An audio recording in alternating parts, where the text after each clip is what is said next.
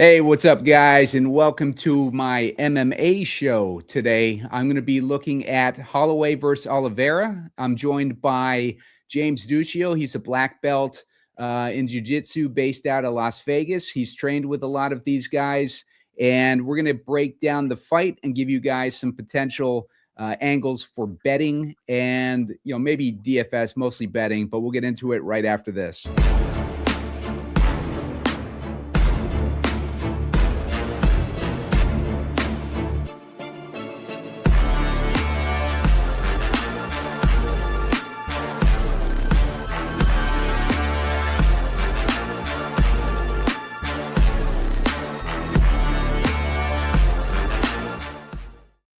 What's up, guys? Simon Edwards at Pumacom here with Heat Seeker Sports, and you're watching the MMA show. Going to be breaking down a match here that's happening on Saturday. We got UFC 326, Max Holloway versus Oliveira. It's the second time that these guys are facing off, and I'm joined by a Jiu-Jitsu Black Belt based out of Las Vegas. His name's James Duscio. Duscio, why don't you introduce yourself and talk a little bit about your background in the sport. Well, I'm out here in Las Vegas. I'm one of the jiu-jitsu coaches for the Cascal team out here, one of the top submission fighting teams on the West Coast. I've been doing jiu-jitsu 26 years. I actually met Simon back in college where I started it. I've trained with some of the greats, some of the world champions. I've spent time at Couture's. I've spent time at Carlson Gracie schools, Machado schools. I've been all over the place. Novo Uno, BJ Penn's original team out in Vegas school. But for a long time, I've been with Cascal, and we've had tons of UFC guys come through, and our lineage is attached to a lot of the top fighters out there. And so I thought this would be fun to join you and give a little insight of Oliveira versus Holloway 2, which is happening right down the road from me. Yeah, and the first match between these guys ended up being like just a crazy match. It was the one where what happened in the first match, Duscio? I'm actually thinking of the first bad. So we were all excited, right, for Yeah. Holloway and Oliveira, and I'm telling you, it didn't have much time. Oliveira shot in for a takedown. Max Holloway kind of just pivoted out of the way against the cage, and Oliveira injured himself right in the shoulder. The fight was called. So we really just got an amuse, if they call in the fine dining world. We didn't really get a taste of what's going to really happen. So the anticipation has done nothing but grow. Both of these fighters' resume has done nothing but impress even more. And now it's more of a mystery of who's going to win, because as these guys age, it's like the fountain of youth for them. Their skills, their strategies, their tactics, their performances have not slipped. And every time you think they have, these guys just come back and impress even more. Yeah, so it's going to be a good fight. The last fight that Holloway was in was when he won and it's where he had just a limited amount of time left in the match, and he was obviously going to win it, but then he called his opponent into the middle of the ring and ended up knocking him out, and it ended up being probably one of the better UFC matches that we've seen in a long time, and it just shows what kind of fighter Holloway is, and it should be a very entertaining fight, to say the least. Going a little bit more into Duscio, and before we do that, make sure to hit that like button. Get me to 50 likes on this one, and also subscribe to the channel. I'm going to be putting out a lot of content outside of NFL. We got MLB coming up. We got NBA. Spread and I were talking about doing an Up to Lock show for NBA for our subscribers over at sportnuggets.com. So you guys want to take advantage of that. And, make sure to keep an eye out over on that site, because we're going to be introducing an MLB feed pretty soon. We're trying to get that up for the beginning of the season. So go over to sportnuggets.com, subscribe for the free site so you get access to all our nuggets that we're going to be putting up for MLB. And you'll have the NFL nuggets coming throughout the off season, where you can get an idea of who to draft for best ball and stuff like that. And with Duscio, I wanted to show a clip. He's got a upcoming site that he's working on, and he's been creating some videos. And I wanted to show you guys real quick the type of content that Duscio's producing. So we're going to go over to his TikTok page, James Duscio, as you see up here, and we'll take a quick look at one of the videos that he created with one of his students. Sometimes you sneak up on them and you take your back. And as you go for the choke, these bastards will use 2 arms to pull down. And you're like, I can't get enough pressure here. Who gives a shit? Grab your sleeve and you turn it into an Ezekiel that goes right through it. So yeah, Duscio, talk to me a little bit about that video. The beginning part is classic, man. It cracks me up when you sneak up behind that kid. Listen, the thing is, jiu-jitsu is becoming more and more popular, and the classes are getting bigger, which is a good thing, but then it causes some issues. And some of the issues are there's so many people, the details get missed because the coach is teaching more than coaching because of the quantity. And that's one reason the pros advance so fast and stay so sharp, is because the ratio of student to coaches is like 6 coaches to 1 student. And at jiu-jitsu school, it's like 1 coach to 20 to 40 people at a time.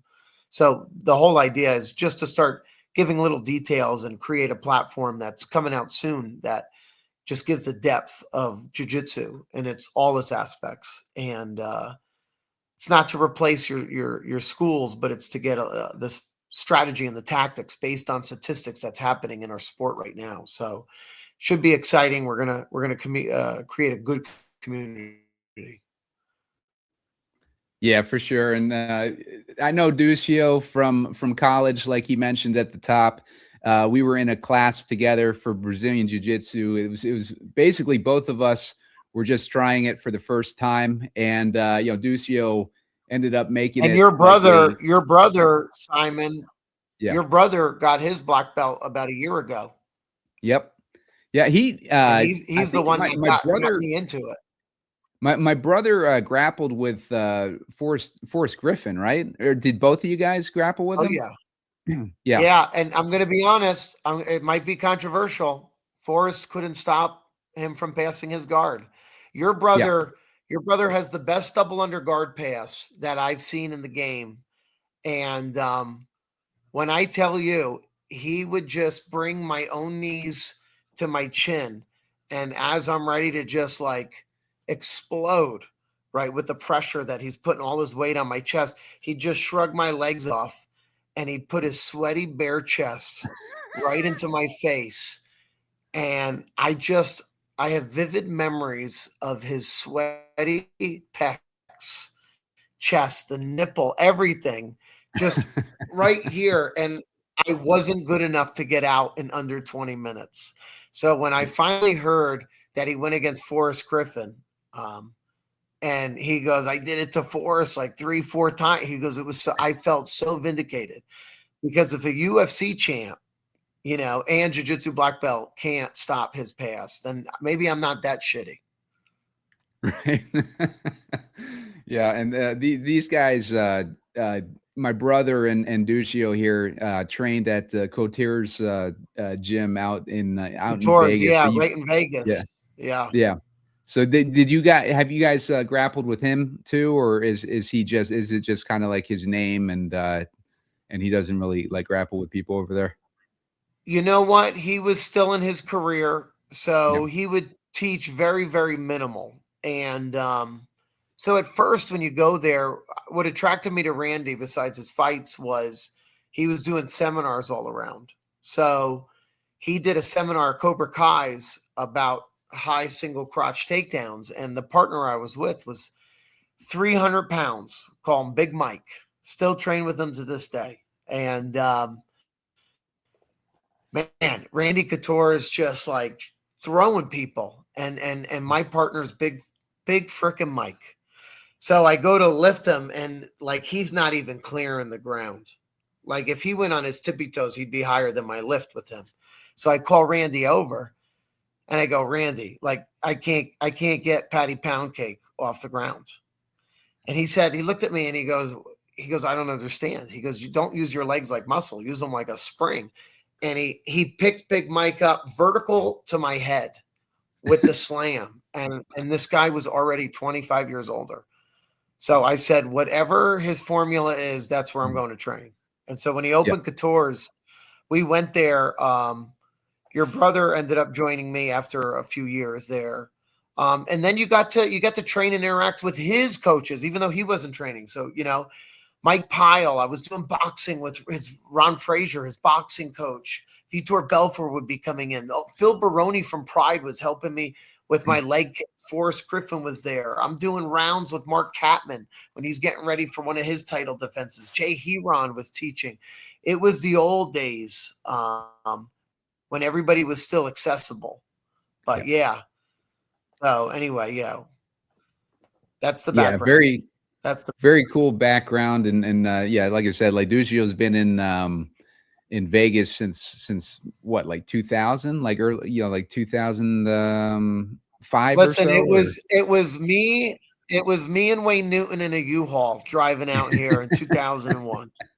That's how long I've been out here. Now, I come from New England, and I used to be those guys. You shovel the driveway in a winter coat and shorts, right? Yeah. Because your sisters weren't, so you're out in that driveway alone. But anyway, now if it goes below 70, 75 degrees, it looks like I have epilepsy. So that's how long I've been out in Vegas.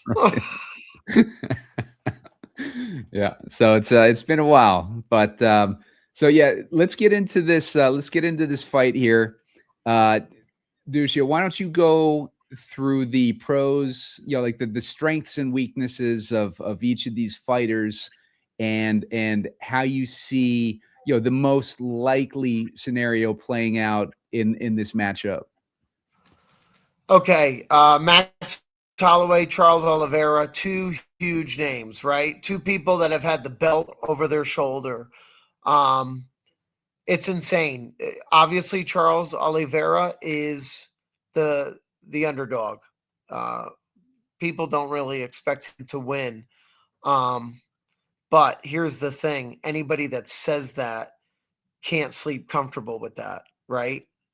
Max Holloway is definitely on a multiple win fight streak. I believe it's 9 fights in a row he's won. Oliveira, a little bit of mixed. But, I mean, Oliveira is the submission wizard, right? What started UFC? Jiu-Jitsu. Who's the best representative in UFC for Jiu-Jitsu right now? It is Oliveira. This guy submits everybody, not the Dagestanians. If you asked me, Jesus off the cross or a Dagestanian like Habib or any of that crew, the Dagestani is going to get an armbar by second round on Jesus because he's used to getting extended anyway, right? But anyway, nobody's representing jiu-jitsu better than Charles Oliveira. And Charles Oliveira usually gets his ass kicked until he doesn't, and then he catches him in something. Charles Oliveira is obviously going to have his strength on the ground, even though he's still a little threat standing. He's got a reach. He's more dynamic with kicks. His knees are devastating. He has a rear naked choke submission from standing. Jumped on the guy's back like a backpack and just tapped him out before they even hit the ground. That's how this guy is. So you can't sleep on him. He almost plays rope-a-dope. But he's dangerous. He finishes most of his fights early, and he has the most finishes submission-wise in UFC history, right? Royce Gracie, Frank Mir, right? These guys that you have seen submit like crazy. Damian Maia, they don't hold a candle to Oliveira's submission record in the UFC. So for the grapplers, we're excited to see it. Holloway, the highest volume striker in the UFC. This guy doesn't stop. He's got the cardio of a tank. He's the only one that seems to up the volume the later the fight gets. This guy has got heart. He doesn't really care about the winning or losing. He cares more about the fight and going out there and just giving it all, because when he has opportunities to take an easy win, he doesn't. When he has opportunities to take an easier fight, he doesn't. This guy just approaches this really intelligently. He's done nothing but improve. He's a brown belt in jiu-jitsu. So I'm just going to tell you guys, it's one belt away from black. Brown belts are, especially nowadays, brown belts are just as good as most blacks. They just need a little more time and refinement, or they're trying to capitalize on competitions a little more before they hit their black.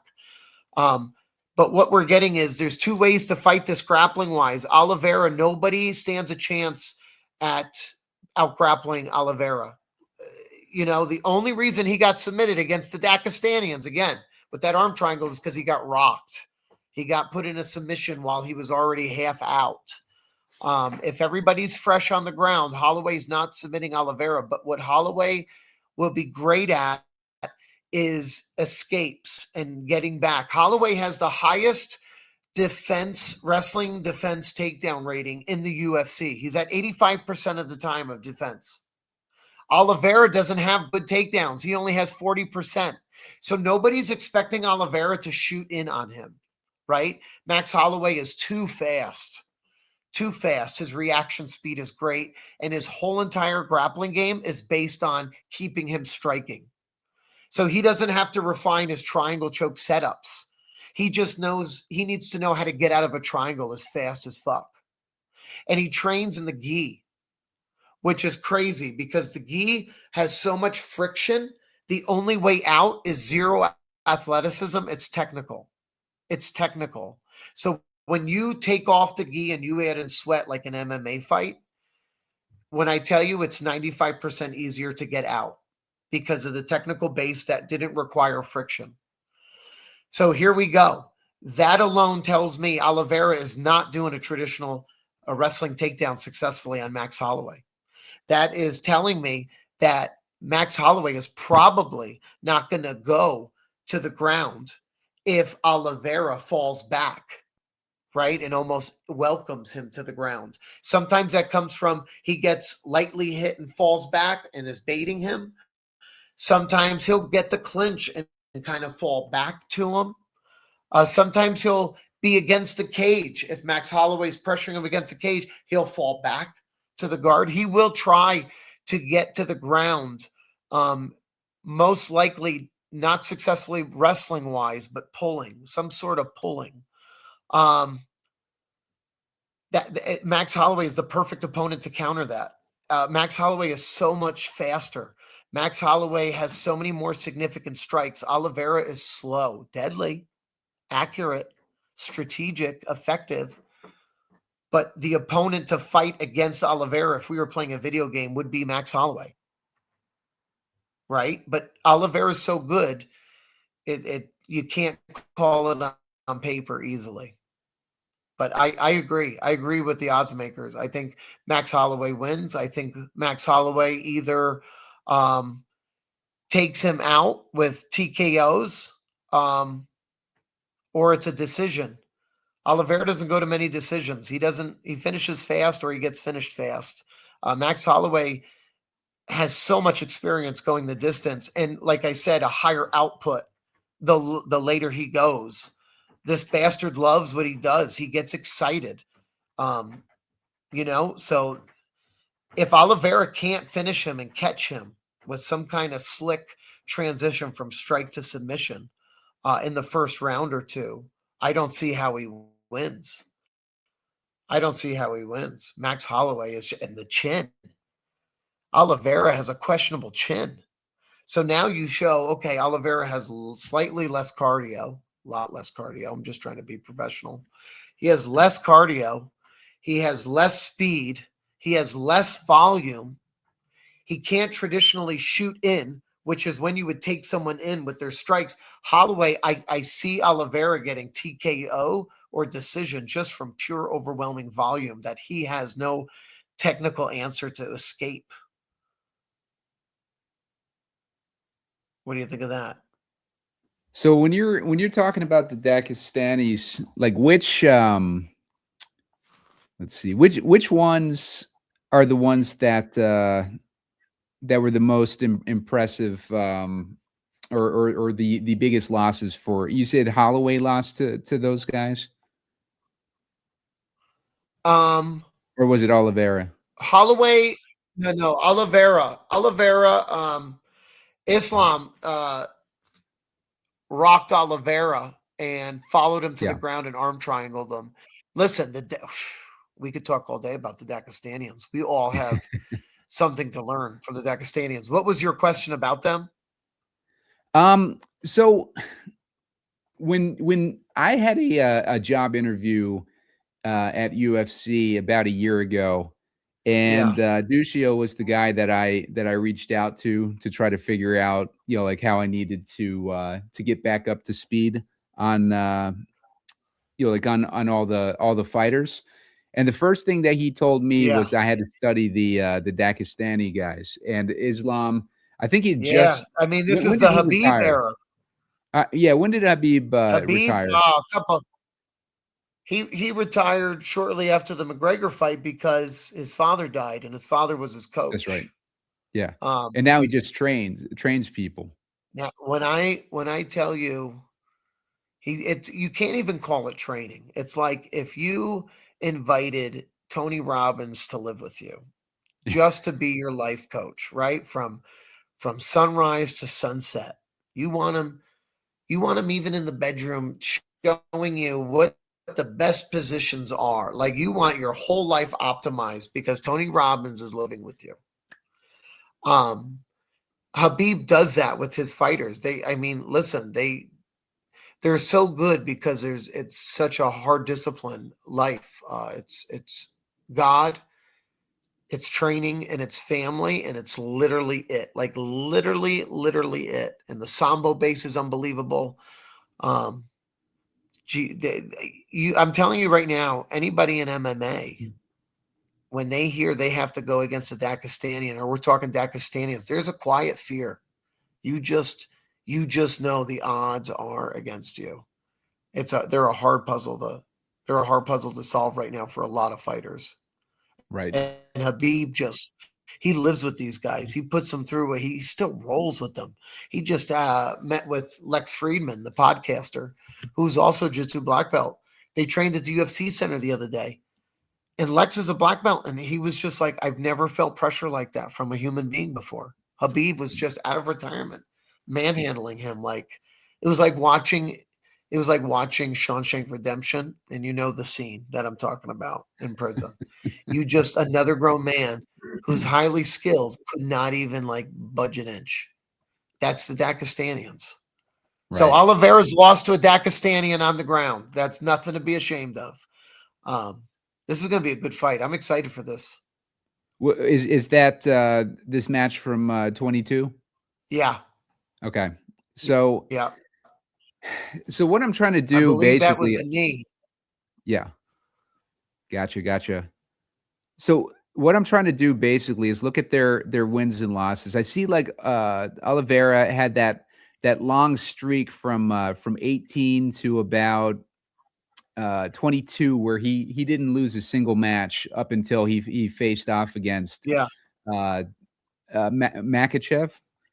yep. And then he's kind of Islam. been like a win loss, right? So he's been up Yeah. and down ever since that match shook him a little bit. It looks like. And then we look at Holloway, and Holloway, he went on quite the streak too, but he's been I losing believe it's a nine fight streak.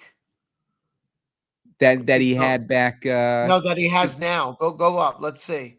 So right Go now, all the way to the top. oh, I'm Oh no, already he's I'm at the top right yeah. now, Okay, and yeah. I So he's not on the same yeah. streak. Yeah.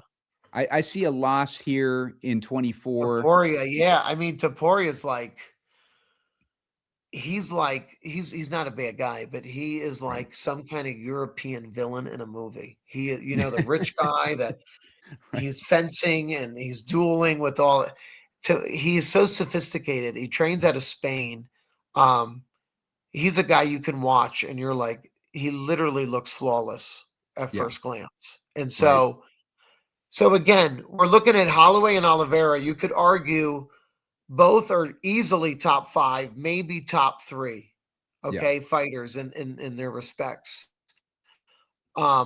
The few losses they've had recently are to people that are top 2, right? Like there's nothing to be, those losses don't expose too much.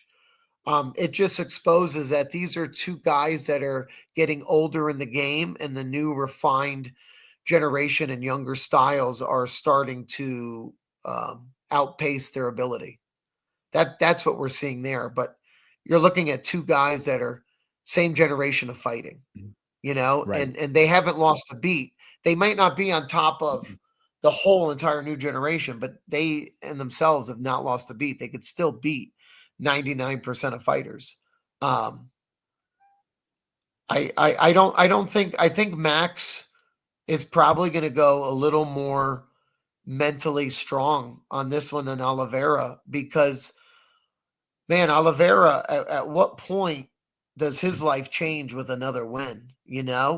Not much. And so I don't know if he has the emotional investment in this fight to really push hard to even get close to matching Max Holloway's not only natural speed, but this mental aggression of wanting a fight so bad. Gotcha. Oliveira wants to Mhm. win. Holloway wants to fight. So from a betting perspective, the more interesting guy to bet on is obviously going to be Oliveira, Yeah. because he's got money line. He's plus 175. But if you're looking at some of the methods of victory, we got a plus 320 if he submits Holloway, and he's a submission specialist. If he knocks him out, Yeah. plus 800. If it's a decision, plus 1200, but it'd probably be decision in favor of Holloway, right? Do you Yeah. think? If it goes Yeah. decision, Mhm. considering Max Holloway has the record for the most significant strikes in UFC history, Right. he literally has double the rate of Oliveira statistically with how many in a round. Right. So, and Oliveira doesn't really have a good takedown game, 40% takedown success. And Holloway's got the best takedown defense in the UFC at 85%. The only way, I just don't see how Oliveira would win a decision. Right. So if it goes to decision, I would say that's the least likely Oliveira wins is Yeah. decision. I So would say the most likely is a submission. right. Again, that's hard because we say that, but it's so much harder to catch a submission when someone knows like that's your. If it's going to happen, Max Holloway, when he throws, I don't know if you guys know this, you have a tough chin. And so when you have a tough chin, you only really start defending things that you feel a threat to. So Max Holloway, when he throws, he's so into it and he's so offensively aggressive and fast. He does leave big exposure. Like he is not defended when he throws. The issue is you're so busy with dealing with the barrage that it's really hard to counter.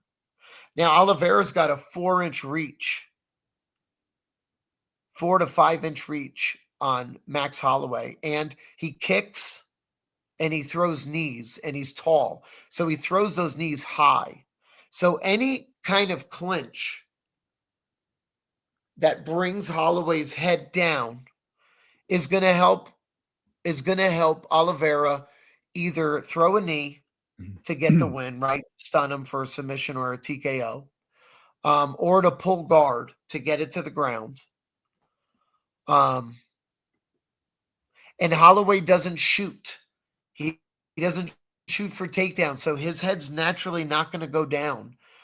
Right. So I just don't see Holloway. I see Holloway's best chance is getting somehow rocked by a kick he didn't see because he's primarily a boxing. I mean, that's the Right. only advantage So Oliveira has is a more diverse throwing game. and he's good. He's got knockout ability. I mean, that kick, he just needs to stun you and follow you. So that would be the trick. Once we leave the first round, the odds of Oliveira winning go down drastically, because then you get to read how he throws. And by then, Holloway will be kind of keen to how he's throwing that fight. Gotcha. So you don't think that if the match goes on longer, if the fight goes on longer, that would be an advantage for Oliveira, like hoping No, that Holloway no. just kind of wears himself out with all the strikes that he's attempting? Holloway's doesn't wear out. His Yeah. volume increases with the rounds.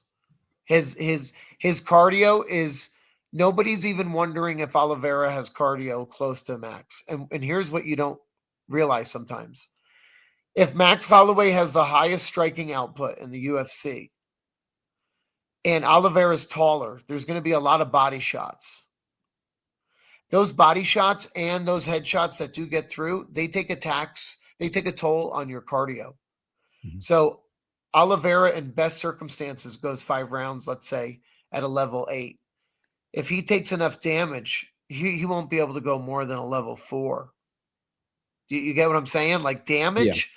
damage affects cardio and body shots too. And Holloway, he looks like Rocky in the meat cooler, like when he's going. It's insane.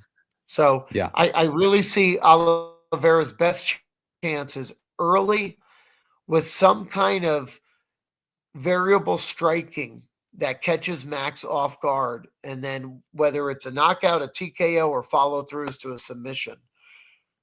After that first round, it gets really hard for me to see Oliveira winning anyway. Right.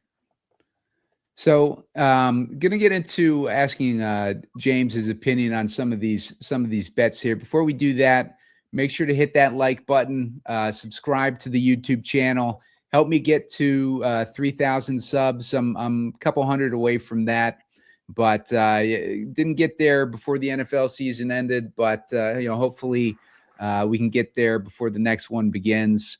But and also, make sure to give James a follow over on Instagram or TikTok. And James, why don't you give him your handle there? Just go on my Instagram, Screw Being Average, all one word. We do a lot of fight analysis and a couple of funny technique videos, sometimes really good black belt details. We break down stats and we do polls on, who's going to win the next fights, and we'll show training footage of them training. And yeah, it's just fun community. So head over there if you're interested. All right. So with these bets, Vegas is pretty much projecting it to go 2.5 rounds, right? Yeah. So if we're projecting, like Holloway has a good chance of winning by a knockout, likely in round 2, that's plus 900. I mean, that seems like a pretty good bet right there. If you wanted to go round 3, plus 1,000 is pretty good there too. And those seem to be, like based on like listening to James's analysis and what we're seeing with the Vegas side too, with Holloway not only being the favorite, but the length looking like it's going to be 2.5 rounds. So round 3 sounds like a likely round for a knockout to occur, and that's plus 1,000. So that's pretty good. If we were looking at Oliveira, with James's analysis, he was thinking, like a likely way that Oliveira wins is through a submission and potentially in the first round, because after he gets in the first round, he's going to get into a little bit more trouble. But if he is able to pull that off, that'd only be plus 750. So those odds don't seem as good, obviously, as that plus 1,000 knockout in the third round by Holloway. But if you're looking at some of these other options here, James, tell me what you think could be a realistic realistic happening here. So I got like Holloway knockout in the first round plus 700, knockout in the second round plus 900, knockout in the third plus 1,000. You know, fourth it'd be plus 1,200, plus 1,600 in the fifth, and then. What are they saying when they say that? Are they saying the chances of what round is the highest chance of a knockout? They're looking at round 1 would be the highest chance, and that's plus 700. But the thing is if you go up to like the line on the rounds is 2.5. So like I'm thinking, that's why I'm thinking like round 3 knockout would be probably like the best bet if you're looking to do the most likely my guess here. round 1, I don't know, because I don't think so. Anything can happen, but I don't think so, because Max Holloway doesn't have the reach advantage. It's going to take a minute for Max to kind of get confident about dealing with that actual reach and range of Oliveira. 4 inches matters. 4 inches matters, and then the kicks. So I don't see Max Holloway in round 1 committing enough to really go for the knockout. Now, 2 and 3, that has a really good chance of happening, 2 or 3. And the reason I'm going to say I'd lean more towards 3 is because Oliveira, when he gets tired, man, he's not the fastest guy anyway. When he gets tired and those reactions become a little slower, those physical reactions. I mean, once Holloway finds an opening, like 1 turns to 2, 2 turns to 3, and this is where 3 goes to 6, and then it's too late. So that kind of exhaustion is going to start probably building, not from round 1, but from round 2. So 2 or 3 would be my guess for the knockout. 3 would be probably on paper the most makes sense. Yeah. Yeah, and I don't see a lot of other, like angles that we can kind of go with that. Let's see, like, do they have any on takedowns? Let's go to parlays here. Let's take a look at see if we can get some takedowns and stuff. Let's see. We got submissions, and this is all the stuff that we looked at. Let me go to the props, fight props. Oh, it says go to rounds. I think Holloway takes every round. So this is the round of the finish, winning round. And this would be, I think this is Holloway. Winning round 1 is plus 330. Let's see. I'm excited. I'm excited for this fight. Yeah. I'm excited for this fight. And what's nice too is like both of these guys are I don't know, they're your ideal athlete, representative athlete, like in and out of the cage. Both huge on family, both huge at giving back to the community, both really good with the fans. Just always kind. You never hear anybody talk shit about them outside of like prepping for a fight. Like you never hear a bad thing about them. So this is going to be a good fight. Old school fighters still at the top of their game. And just kind of, it's like, this is like one of those super matches. We used to say, too bad we never got Anderson Silva versus George St. Pierre. There was always these, we never got John Jones versus Brock Lesnar. We never, there was these super matches that were always a little apart with weight classes or timing. And this is one of those that like historically, this is a good one. I mean, this is striker versus grappler, but not in the sense of UFC 1, 2, 3 days. Like it's, hey, he's a great striker who's a fantastic grappler. This guy's world-class grappler with like, pro-level kickboxing. Like they're good everywhere. Yeah. So, I mean, I think like just based on this conversation and looking at the options, getting into all the other options, I think the best one that we looked at was Holloway to win by knockout in round 3 or round 2. Like round 2 is Yeah. plus 900, but Yeah. round 3 is plus 1,000. Like, so those are two good options there.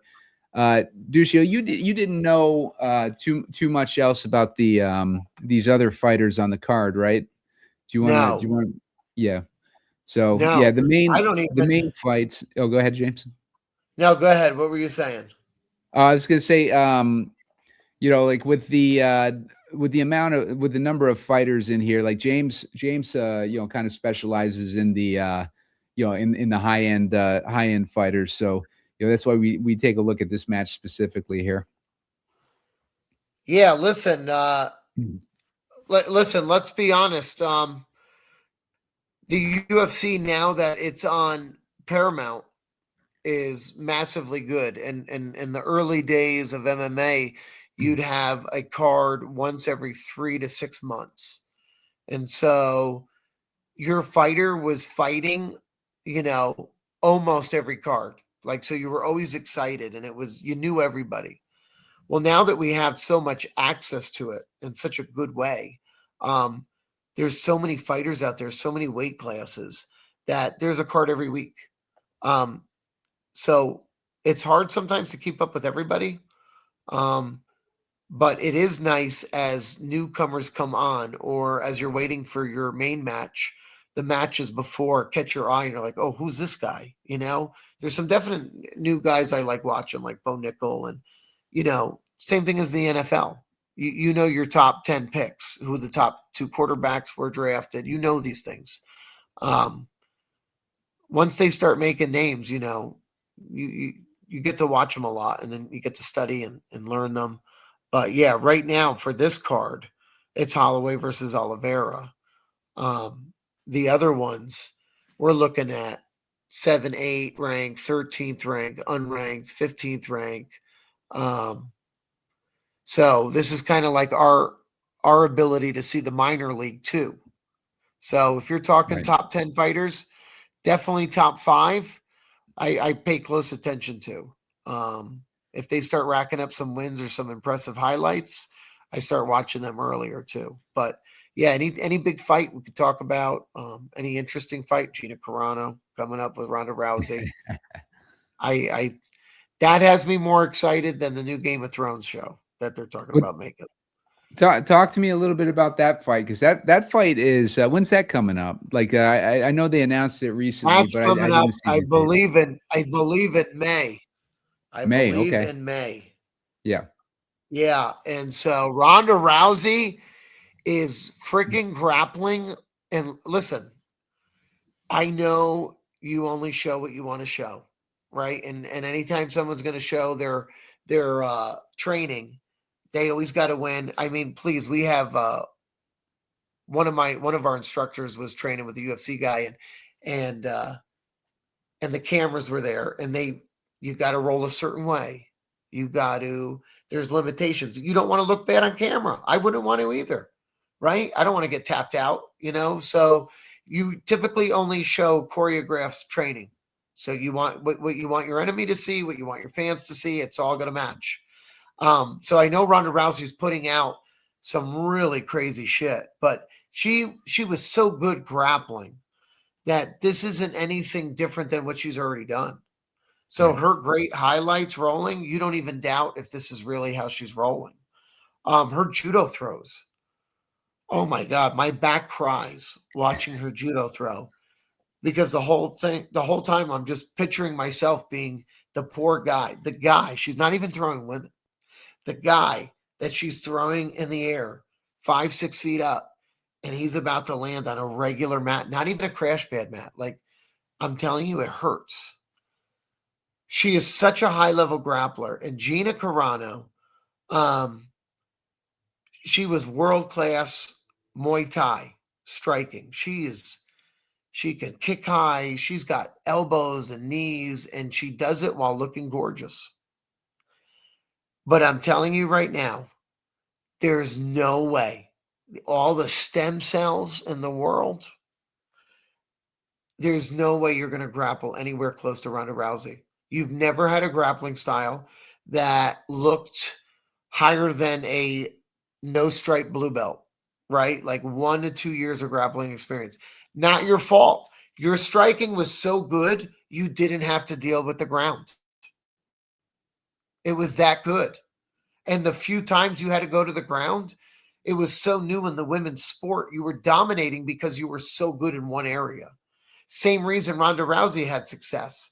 Her striking, I swear to God, I think Billy Blanks with Taibo, I think he could have knocked her out in her early fights. But her judo was so intense and so high level. She was bronze in the world. Nobody knew how to fucking stop being thrown. And it's just a rumor, but I heard that was the inspiration for the John Wick movies. Watching Ronda Rousey just fucking throw grown men like nothing.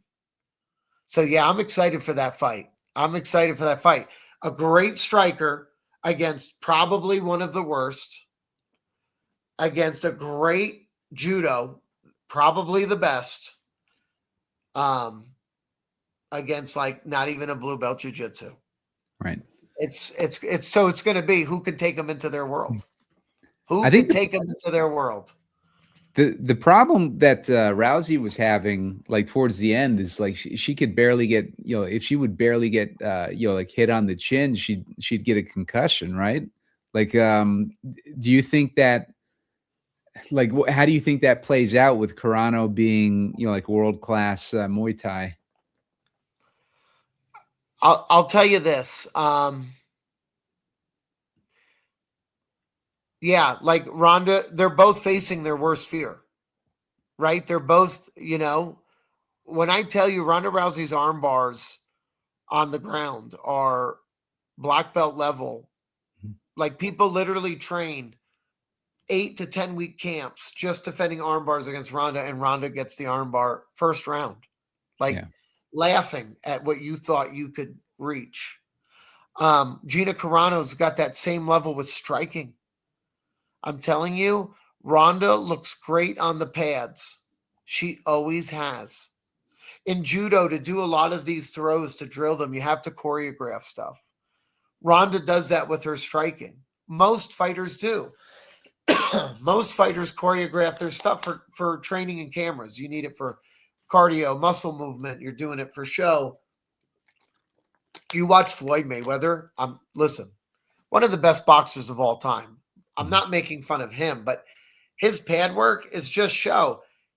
He's not hitting the pads. The pads are hitting him. Watch it. It's like, just use AI to put the bongos right underneath. It's the same shit. So anyway, Ronda looks sharp with the pad work like everybody, but when she got in the cage, none of that translated. She's very stiff. And the only way you get loose with striking is to be in those scenarios. And honestly, outside of sparring, because when you're sparring in class, when you're sparring in school, when you're sparring in a camp, you do have this sense of I'm still safe. I'm still safe because we know, like, who you're sparring against. You've been working with them every day. There's this sense of comfort when you get in the cage against an opponent who's literally trying to do damage to you, right? Like Muay Thai kicks to the head. You thought Holly Holm is a great kickboxer, but there is a difference between Muay Thai and kickboxing. And Muay Thai is just a little more brutal. It's a little more specific and brutal. It's bone on bone, right? And so to be across from somebody who is great at bone on bone, and your face has bones, right? Their shins have bones. So that bone on bone is part of bone on bone. That's scary. And when you can only look back and kind of say, okay, my coaches think I'm ready for this, that's not a real confidence.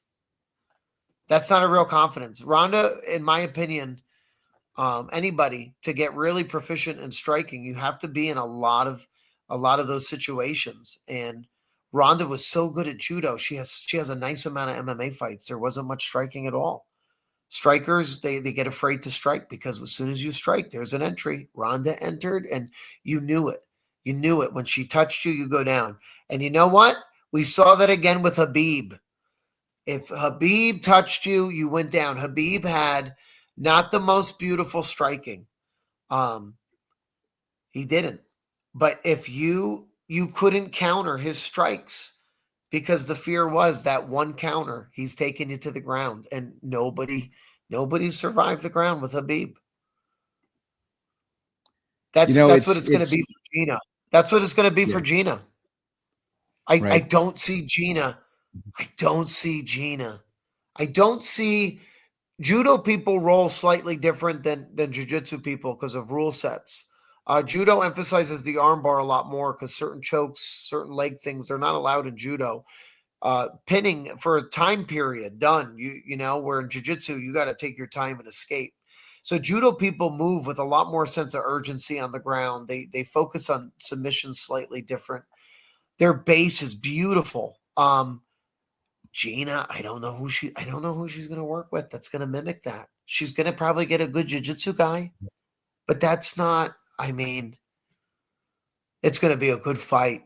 Can Gina hold off the judo takedowns? I mean, she's just got to keep Holly Holm, Amanda Nunes. They showed you can do it, and their striking isn't as high level as Gina. I mean, Holly's with the strikes a little, but anyway. So with Carano too, like, you know, obviously, Ronda Rousey has, you know, kind of kept up with training and everything. You know, like she went into the WWE for a while, but you know, like it was, you know, she's still been, you know, like physical and training and stuff. Whereas, you know, Carano was more into a, you know, film and TV career. Do you think that, you know, Carano has been keeping up on her train? Like, and you had a Carano story, right? No. And that's some of the motivation of why Ronda picked this opponent. Yeah. Carano always used to have an amazing, lean, athletic build. And sometimes in the offseason, you'd see her gain a little weight, and then she'd be right back in fight-ready condition. Through the years in Hollywood, however, she put on some pounds. And Ronda noticed that and felt bad because, listen, I mean, these are two great athletes. They're two pioneers of the sport. Women MMA might not exist without these two. And I know we kind of like joke and talk shit about certain parts of their game, but they're high-level fighters. Gina was out of shape. And Ronda felt like she needed a goal, and Ronda realized she needed a goal as well. So she reached out to Gina way ahead of time to see if she'd be interested and kind of give her a chance to get into conditioning for this fight and look good for the promos and everybody have a base. Ronda was not training at anywhere near the level she was with UFC. Listen, she's another one. She's been doing fighting for so many years, right? Coming up as a kid with the judo and all the way to Olympic level. Listen, we make fun of like dance moms and how committed they have their kids go to dance class. Could you imagine the path to the Olympics in judo? Right. Right. And her mom was a judo. Her mom was a national champ too. Yeah. Right. Like her mom was better than Ronda with judo. And then Ronda went right from the judo to the MMA, and that dominated. And it got to the point you could tell it was getting to Ronda emotionally. And then 2 losses like that, she took time off. She took the money. She enjoyed the fame. She retired. She's working on the farm. She's got family now. Like, no, they both got unprofessionally soft, right? Because they're not professionals anymore. Right. But Gina definitely put on a little more size than off season. But so I think they're both at a fresh start. But I'll be honest with you. I think Ronda is superior as an athlete from an athletic perspective. I think naturally and effects from training. I think she's more explosive. She's explosive.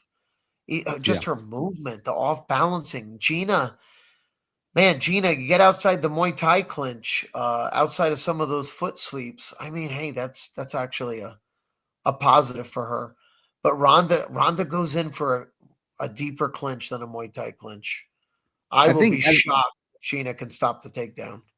I think too, with how early Carano got into it, like her level of competition was not like at that same level that that Rousey had to compete with when she was in the UFC too. Yeah. So yeah, I just like she's probably going to be a huge. I would guess that Rousey's going to be a huge favorite, but like I would think that if you have an opportunity to bet on Carano to knock her out, like and it was good odds, like that might be like worth going for with Rousey's concussion history. Yeah, and I'll tell you this,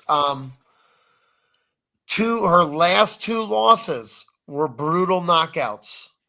Hmm. Brutal knockouts. So, I'm not talking I don't want to come off like I'm talking shit, Right. but because I'm not. All respect for Ronda. Um, I don't know if Ronda says it, she wouldn't have come back for any other fight. Okay? There's something about the fight. There's something about the fight as the goal that's in her, a little more desire. I don't know if she wants to go out on top. I don't know if she just misses it and wants to see what she has in her. Um, I don't know her true intent, but I don't think if her intent still held true and Gina wasn't here, I don't think she would go in for a fight. Um, I think she might be a little nervous about the potential loss because you do lose a certain level of confidence after a loss. And after two of the same loss, and that's how you ended it, she's never experienced coming back from a loss in MMA. She has in judo, though. So I can't imagine on the surface it's too much different. But losing in front of like the 20 people and your Mhm. parents and your social media following is so much different than losing on the world stage. Yeah. So there's haters out there. And regardless of strengths and weaknesses of these two fighters, I mean, they're amazing. They're top level athletes. They became world champions in multiple combat sports arenas. It's crazy, crazy great. And it's cool how those two different worlds of traditional martial arts and combat sports actually get to meet in the cage. I mean, this is literally what the UFC was started for, style versus style, right? Two styles talking shit about the other style. I know your fucking weakness. Well, I know yours. I'll recounter it. This is it. I'm excited for this one. And Cool. listen, it's even the same thing as Holloway and Oliveira. Yeah. You have an incredible striker like Holloway started as a kickboxer. Um, an incredible striker that took on like really good grappling to keep his striking, and then you have a really incredible grappler that took on striking to keep his jiu-jitsu effective. Right? It's pretty cool. It's pretty cool. Yeah. I think it's Anyway, like anything else? no, I those like the obviously the Holloway match was what we wanted to. We talked about like maybe bringing up this Rousey Carano uh, fight too. Do we have is there anything else that you see in the horizon? Let me remember what we're gonna like. I think when me and James do these shows, it's Yeah, any show that gets the hype, any show that gets people excited. primarily right. I mean, that's gonna be me too. Um, Yeah. so we'll definitely do this with a lot more of the big fights, exciting fights, and main events. Here's a one little tip for your viewers when you're making a bet. Mhm. Um, you've got to realize this when a striker is going against a grappler. The striker always thinks, well, if you come in, I'll knock you out. And the grappler always says, when you try to knock me out, that's when I'll take you down. Because when you strike, you're vulnerable to get taken down. So when you see a fight that has a grappler versus a striker, you also have to look at their takedown defense ability. Because if they have a really high takedown defense ability, they have more confidence to throw the strikes that they're capable of.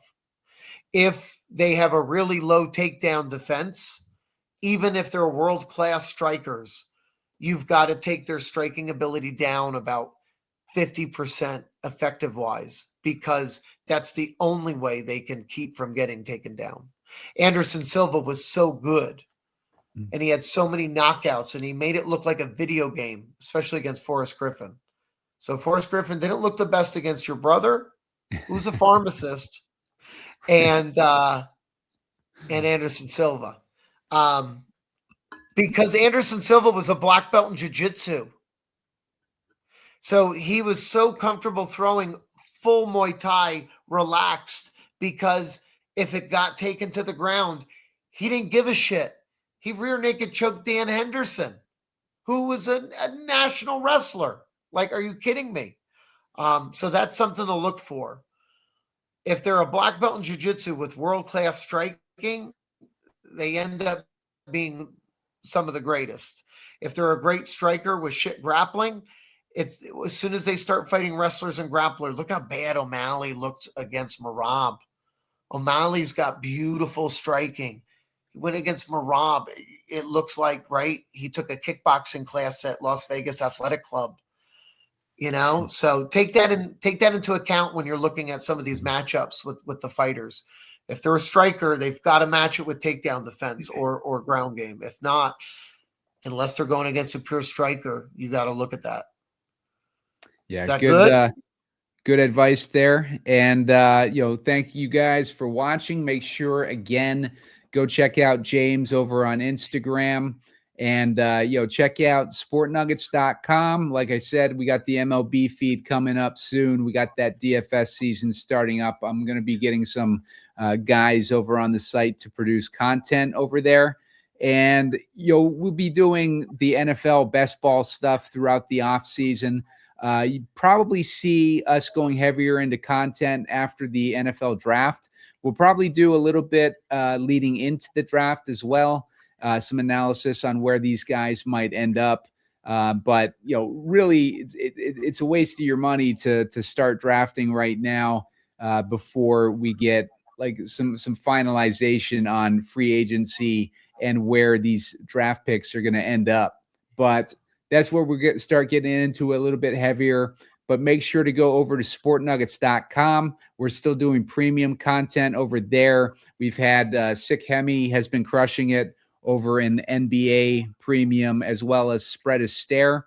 And then, Sick Hemi's been giving some good cores out for these other sports as well. And I'm sure you'll have something for this upcoming UFC event, which you can use on top of the best bet that we just discovered over on this show. So make sure to check that out, sportnuggets.com.